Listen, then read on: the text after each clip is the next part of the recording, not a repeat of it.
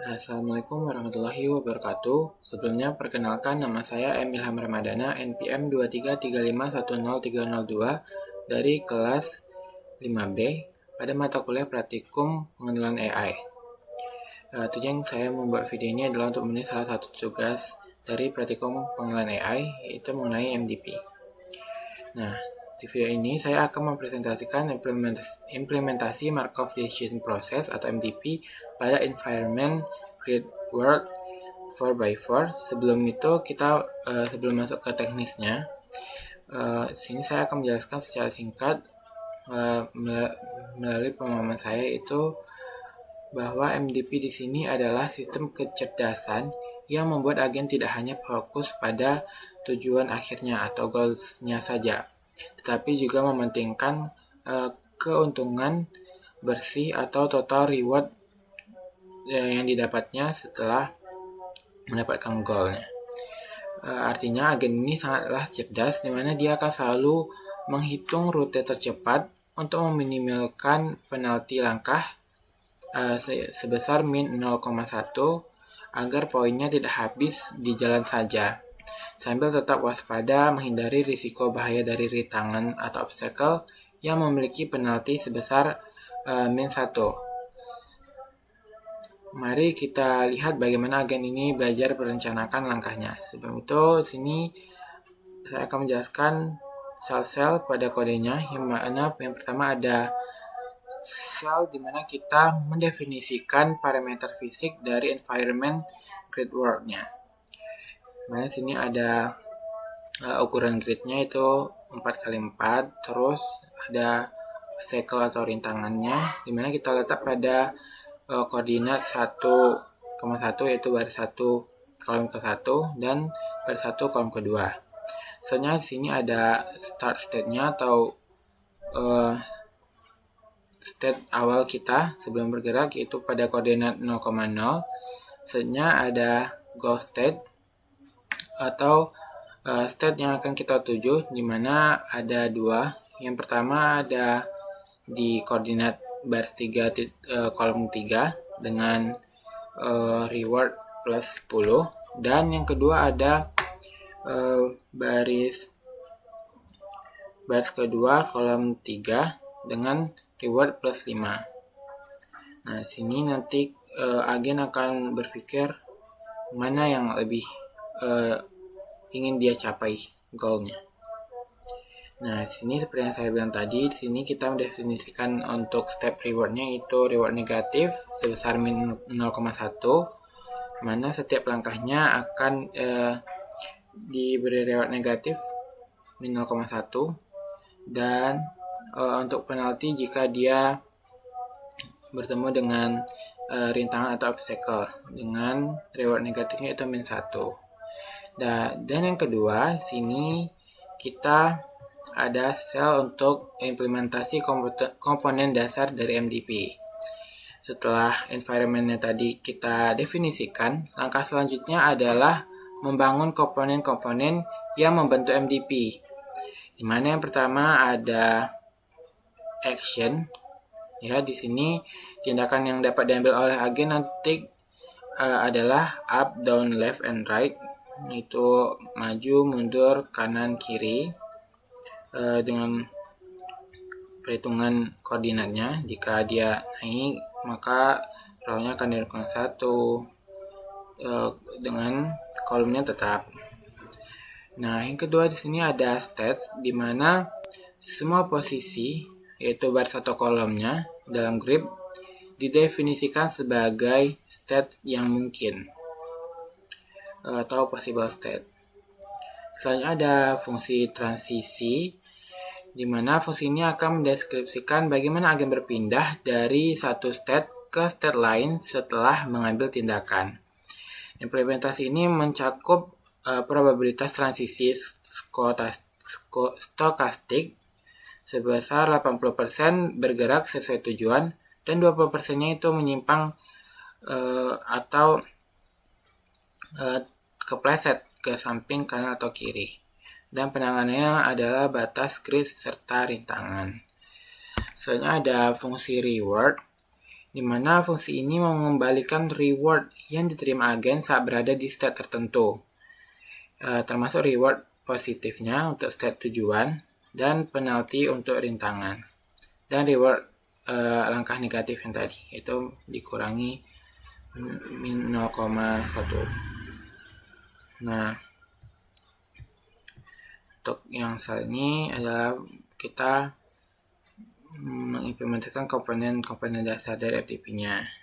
Selanjutnya, nah di sini adalah bagian pentingnya pada sel ketiga ini adalah algoritma solusi MDP-nya, yaitu kita menuliskan algoritma value iteration, di mana algoritma value iteration ini digunakan untuk menemukan fungsi nilai optimal atau V dan kebijakan optimal atau optimal policy. Prosesnya secara iteratif, di mana dia akan memperbarui nilai setiap state berdasarkan ekspektasi reward masa depan yang didiskon, hingga konvergensinya tercapai. Dari fungsi nilai yang konvergen itu, kebijakan optimal kemudian diturunkan dengan memilih tindakan yang memaksimalkan nilai ekspektasi di setiap state-nya. Terus pada sel terakhir itu, sel keempatnya, di sini kodenya untuk memvisualisasikan hasil dari algoritma value iteration yang kita coba pada kasus word grid ini, yaitu kebijakan optimal dan fungsi nilai optimal, dimana dapat kita lihat pada outputnya ini terdapat gambar pertama itu optimal policy atau kebijakan optimal, dimana dia ditampilkan menggunakan panah-panah biru ini di setiap sel yang menunjukkan tindakan terbaik yang harus diambil oleh agen. Sedangkan yang di kanan ini adalah value function atau fungsi nilainya, digambarkan sebagai heat map yang menunjukkan nilai numerik dari setiap state-nya, yang memberikan gambaran intuitif tentang seberapa baik atau seberapa buruk suatu state dalam hal potensi reward masa depan. Nah, parameter ini ada nih 6, 8, 10, 12 sampai 18. Nah,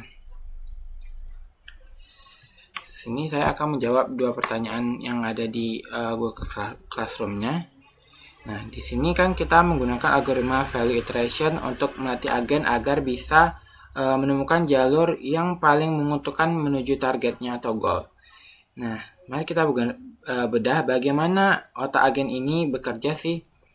Nah, yang pertama, mari kita bicara soal konvergensi. Mungkin kita mengira bahwa agen ini langsung mencoba lari di lapangan. Dia akan mencoba-coba dan menemukan goal yang tepat. Tapi kenyataannya tidak. Dengan algoritma value iteration ini, agen belajar melalui simulasi di dalam pikirannya dulu. Nah, jadi agen terus melakukan iterasi atau perhitungan berulang untuk memperbarui nilai kegunaan dari setiap kotak-kotak ini. Nah, konvergensi tercapai ketika perubahan nilai maksimal atau delta sudah lebih kecil dari ambang batas tetanya, yaitu 10 pangkat min 6 atau 0,00001.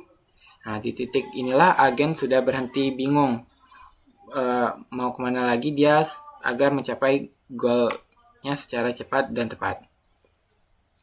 Nah, dan hitungannya itu udah stabil. Nah, proses tersebut dipengaruhi oleh dua parameter. Yang pertama ada transition probability, yang mana ini menunjukkan dunia yang tidak pasti atau stokastik. Ada 80% agen berhasil melangkah ke depan atau kemanapun yang ingin dia tuju, tetapi 20% sisanya adalah dia bisa saja kepleset ke samping. Nah, yang kedua ada gamma, di mana ini adalah faktor diskon. Agen ini menghitung bahwa semakin lama dia mencapai goal, nilai hadiahnya akan semakin berkurang atau istilahnya basi. Ini memaksa dia untuk tidak hanya mencari hadiah besar, tetapi juga jalur yang mana yang tercepat. Seperti tadi saya jelaskan bahwa MDP ini dia menentukan reward terbesar sambil dia menentukan jalur tercepat. Nah, sini untuk menjawab pertanyaan kedua, yaitu untuk menjelaskan visualisasi dari hasil NDP-nya, itu ada value function dan optimal policy. Nah, yang pertama di sini kita lihat pada value function atau peta keberuntungan pada gambar yang kanan ini. Angka di setiap sel ini mewakili potensi keuntungan masa depan jika agen mulai dari sel tersebut. Nah, warna ini ada warna kuning yang paling terang ini adalah nilai tertingginya, yaitu 18,18 yang berada di dekat goal ini, goal plus 10. Artinya ini adalah area yang paling menguntungkan. Jika kita mulai dari sini, ini adalah area yang paling menguntungkan menuju goal state-nya. Nah, sebaliknya area-area yang di sekitar rintangan ini, dua ini, atau yang lebih jauh dari target kita, yaitu goal plus 10 ini, berwarna lebih gelap dengan nilai yang lebih rendah, yaitu sekitar ada 6 hingga 11,9 gitu. Nah, MDP ini mementingkan akumulasi reward yang bersih, total rewardnya. Agen akan selalu berusaha pindah dari sel dengan angka yang kecil menuju sel dengan angka yang lebih besar. Nah, yang kedua, pada gambar yang kiri, yaitu optimal policy. Ini adalah hasil akhir dari semua perhitungan tadi, yang ditunjukkan oleh panah-panah biru di gambar ini. Nah, titik start yang kita definisikan tadi berada di pojok kiri atas,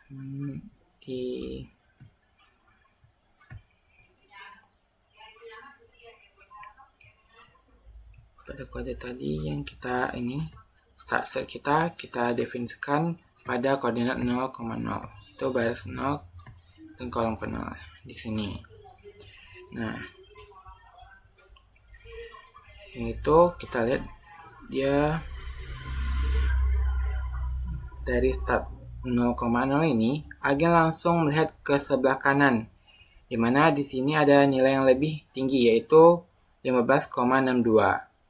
Maka agen akan bergerak ke kanan. Langkah keduanya, dari 15,62 ini, agen akan melihat lagi ke kanan.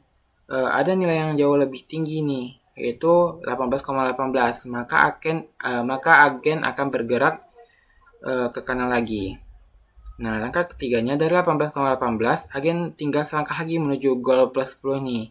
Agen akan bergerak lagi ke kanan untuk terakhir kalinya. Jadi dari koordinat 0,0 ke goalnya, yaitu goal plus 10 ini hanya butuh 3 langkah lurus ke kanan.